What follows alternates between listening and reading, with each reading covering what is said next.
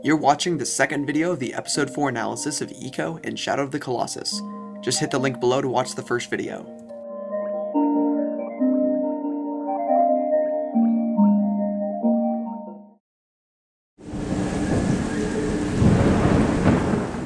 Eco is a quiet game.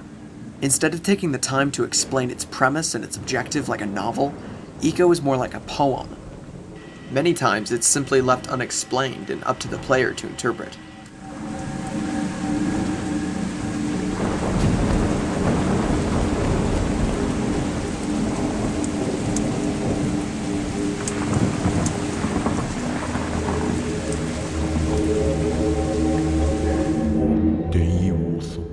There's a whole 17 words spoken in the intro. The game is quiet, but it's not silent. What is communicated is done mostly non-verbally through the body language and the actions of the characters within the puzzles and the gameplay.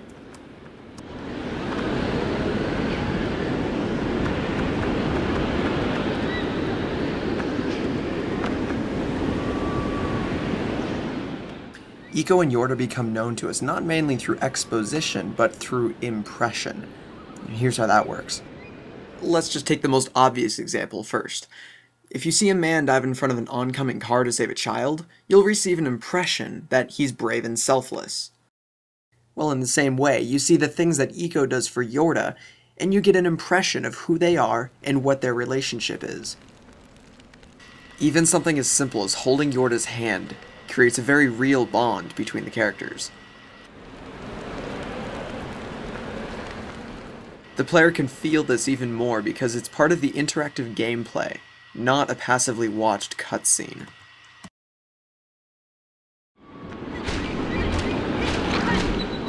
In the game, you control Eco and lead Yorda through the castle, while protecting her from the shadow creatures who try to capture her.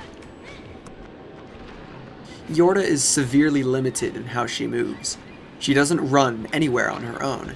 She can't climb, and she can't jump very far. It's not just that she's inept, though. Her hesitancy to go anywhere unless led by the hand tells us that she's also timid. This means that you, as Eco, take the leader role as you move and fight your way through the castle. But this arrangement is slightly unusual because Eco is a very young-looking boy, leading around a taller and presumably older girl. Peter Elliott writes this about Yorda in his lengthy exposition about the game. By all logic, she, who is older and has spent more time inside the castle walls, ought to be the sensible one who figures things out for them both. Yet Eco has to look after her and lead her by the hand as though she were his little sister in this somewhat lopsided, though indissoluble partnership. It's easy to think of the game as chauvinist because the heroine is weak and completely dependent on her male companion for survival, but I challenge anyone who sees it that way to understand that her helplessness can be attributed to her childlike innocence. She's been kept within the castle walls her entire life, caged by her mother. So like a newborn, she's awakening just now to the bumps and edges of the world. The point is that her helplessness makes sense, given her history. So what is their relationship? It's an unusual relationship, to say the least. They speak different languages, they come from different worlds, and they share nothing in common aside from their mutual misfortune. But they're working together to escape. C.S. Lewis calls this a friendship in his book entitled The Four Loves. As he describes it, lovers are normally face-to-face, absorbed in each other, and friends are side by side, absorbed in some common interest. In this case, they're both focused on escape. They need each other to escape. Eco needs Yorda to open the magical doors within the castle, and Yorda needs Eco to navigate the terrain. Rescuing Yorda is not merely about male heroism or rescuing a damsel for love. It's about not losing a companion. Their relationship is a necessary companionship. You feel it in the frustration of dragging her along. You feel it when you save her.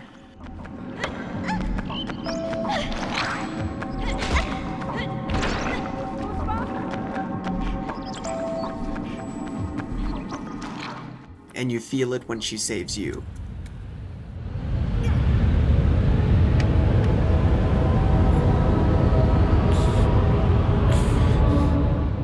Without Yorda, the game would be nothing more than a graphically impressive puzzle game. But with her, the game becomes more than about solving puzzles. It's about experiencing a relationship between Eiko and Yorda.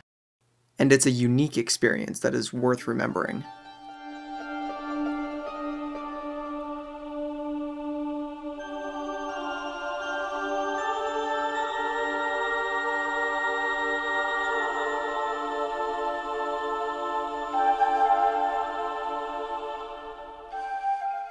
Ueda's second game, Shadow of the Colossus, uses the same subtractive design and gameplay-driven relationships to create an entirely different experience.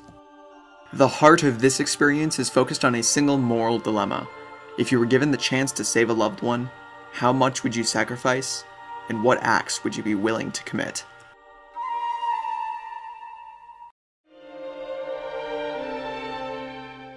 When compared to Eiko, Shadow is more expansive. For one thing, the emotional experience is much more intense, with bigger highs from the thrill of fighting the Colossi, and deeper lows brought by the results of the moral dilemma, which I'll discuss later on. In addition, the Forbidden Land is vast and completely open to explore. Of course, this would mean nothing if the land weren't interesting to explore, but it is.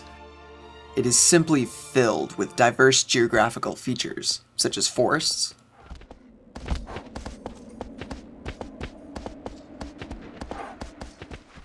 there are vast desert plains with hints of buried ruins,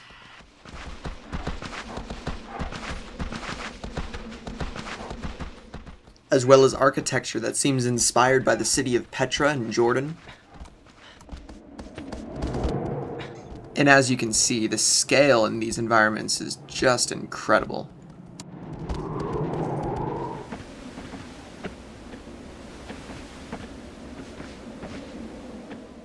It's rare to see a world this rich in a video game that feels connected. What do I mean by connected? Well, there are no levels to go through in a linear fashion, and there are also no load screens. It feels like it could really exist. Yeah!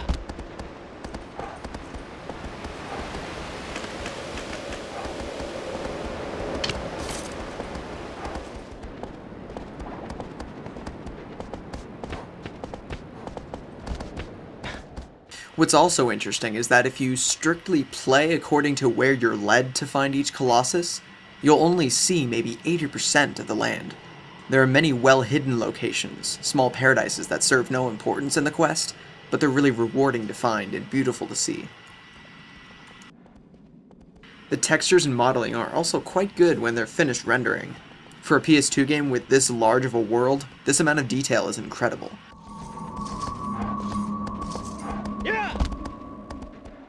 However, in order to hide the continuously popping textures as you ride, they use a number of other techniques in place of load screens.